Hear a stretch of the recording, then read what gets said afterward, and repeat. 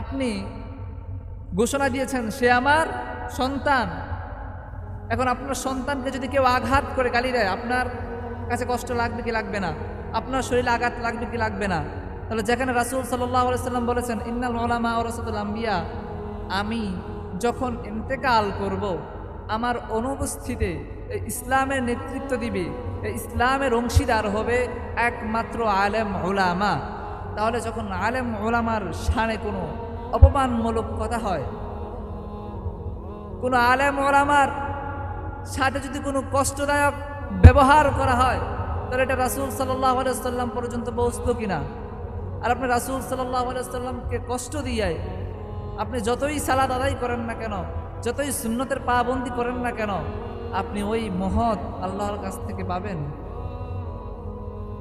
আল্লাহ পাক রব্বুল আলামিন কিন্তু মানুষকে বেছে বেছে জান্নাতে প্রবেশ করাবেন না, বরঞ্চ রাসূল সাল্লাল্লাহু আলাইহি ওয়াসাল্লামের উপরে দায়িত্ব দিয়ে দিবেন, আপনি নিয়ে যান, আপনার কতগুলো উম্মত জান্নাতে নিয়ে যেতে পারেন। বলেন না সুবহানাল্লাহ।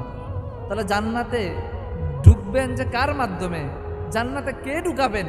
আল্লাহ পাক রব্বুল আলামিন কার মাধ্যমে আপনাকে জান্নাতে ঢুকাবে? বুঝেন নাই কথা?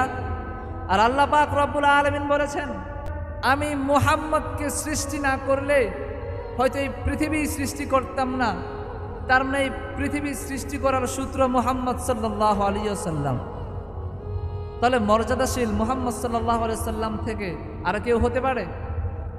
কথা বলেন, মুহাম্মদ সাল্লাল্লাহু আলাইহি ওয়াসাল্লাম থেকে আর উত্তম মানুষ হতে পারে? যিনাকে সৃষ্টি না করলে হয়তো পৃথিবী সৃষ্টি করতেন না আল্লাহ।